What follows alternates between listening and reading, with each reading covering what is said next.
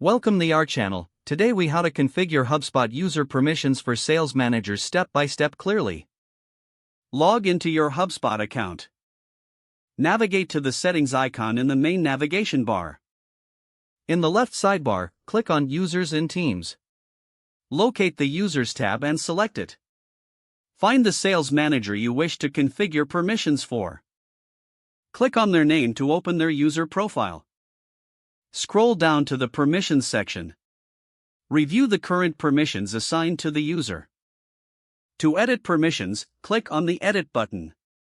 You will see a list of permission categories such as CRM, marketing, and sales. Expand the sales category to see specific permissions. Check the boxes for permissions you want to grant. Ensure that critical permissions like View Reports and Manage Automation are enabled. Review the permissions again to confirm they align with your management requirements. Once satisfied, click the Save button to apply the changes. You will receive a notification confirming that the permissions have been updated. Repeat these steps for any other sales managers as needed. After configuring permissions, communicate any changes to the relevant users. Ensure sales managers understand their new capabilities within the HubSpot platform. Monitor how the updated permissions affect their workflow in the coming weeks.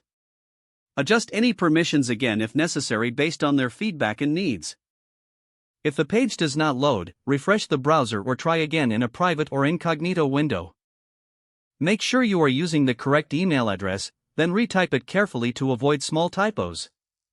If your password is not accepted, use the reset option and create a new strong password you can remember. Check your spam folder for verification or security emails, then complete any requested confirmation steps. Enable two-factor authentication if available to improve account security and reduce unauthorized access risk. After signing in, review your profile details so your contact information and settings are accurate and current. If you see an error message, note it down and try again after restarting your device and internet connection. Log out when you finish, especially on shared devices, to keep your account and payment information secure. Don't forget to like this video and subscribe to our channel for more step-by-step tech guides.